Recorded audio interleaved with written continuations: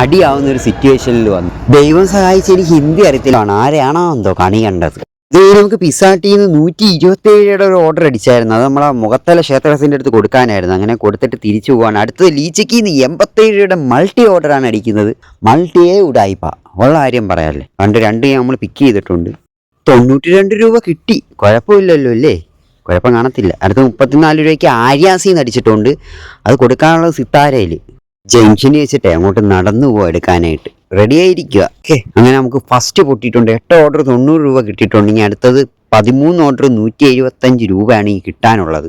അത് കിട്ടുമോ ഇല്ലയെന്ന് അറിയത്തില്ല, നമുക്ക് കാത്തിരുന്ന് കാണാം. ഓക്കെ, പറഞ്ഞാൽ എനിക്ക് ഏഷ്യാനെറ്റിൻ്റെ ഒരു സംഭവമാണ് എനിക്ക് ഓർമ്മ വന്നത്. അതങ്ങനെ പറഞ്ഞു വന്നപ്പം വീണ്ടും 39 ആര്യാസിന്ന് എനിക്ക് ഓർഡർ അടിക്കുവാണ്. അപ്പോൾ അത് എടുക്കാനായിട്ട് വീണ്ടും ഞാൻ അങ്ങോട്ടേക്ക് പോവുകയാണ്. അപ്പം അങ്ങോട്ടേക്ക് പൊക്കോണ്ടിരിക്കുകയാണ്. അപ്പോൾ സാധനം റെഡിയാണ്. എന്നൊരു ഓർഡർ അടിച്ചു. എൻ്റെ പൊന്നളിയെ ഒടുക്കത്തെ ഡിലേ ആയിരുന്നു. എന്തൊരു തിരക്കാണ് അവിടെ. ലുലു മാളിൽ എന്തോ 50% ഓഫർ ഉണ്ടെന്നും പറഞ്ഞ് 11 മണിയായിട്ടും ഭയങ്കര തിരക്കായിരുന്നു സംഭവം. ഞാൻ ഇപ്പോൾ ഇവിടെ ഓർഡർ എടുക്കാൻ വേണ്ടി കാത്തുകെട്ടി കിടക്കുകയാണ്. ഓർഡർ അത്രയും ഡിലേ ആയതുകൊണ്ട് അടുത്ത ഓർഡർ അടിക്കുന്നില്ലെങ്കിൽ ഒരു ഓർഡറും കൂടി വേണം സെക്കൻഡ് തൊട്ട്. അത് പൊട്ടിക്കഴിഞ്ഞാൽ എനിക്ക് വീട്ടിൽ പോകുമായിരുന്നു.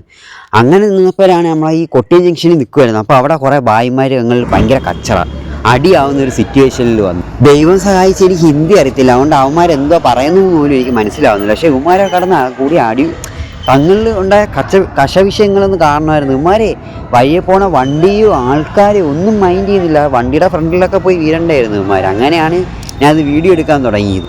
നിങ്ങൾക്ക് കൊട്ടിയം ജംഗ്ഷനിലെ അവസ്ഥ മനസ്സിലായില്ല. ഇവിടെ ഒരു തുണ്ട് വെട്ടവും ഇല്ല, ഇരുട്ടാ. വണ്ടി പറന്ന് വന്ന് അടുത്തെത്തുമ്പോഴേ ഇവിടെ ആൾ നിൽക്കൊണ്ടെന്ന്, റോഡിൽ ആൾ നിൽക്കൊണ്ടെന്ന് കാണാൻ പറ്റത്തുള്ളൂ. അതാ ജംഗ്ഷനാന്ന് പോലും അറിയാൻ പറ്റത്തില്ല ഈ വെളിയിൽ നിന്നൊക്കെ വണ്ടി ഓടിച്ചുകൊണ്ട് വരുന്നവർക്ക്.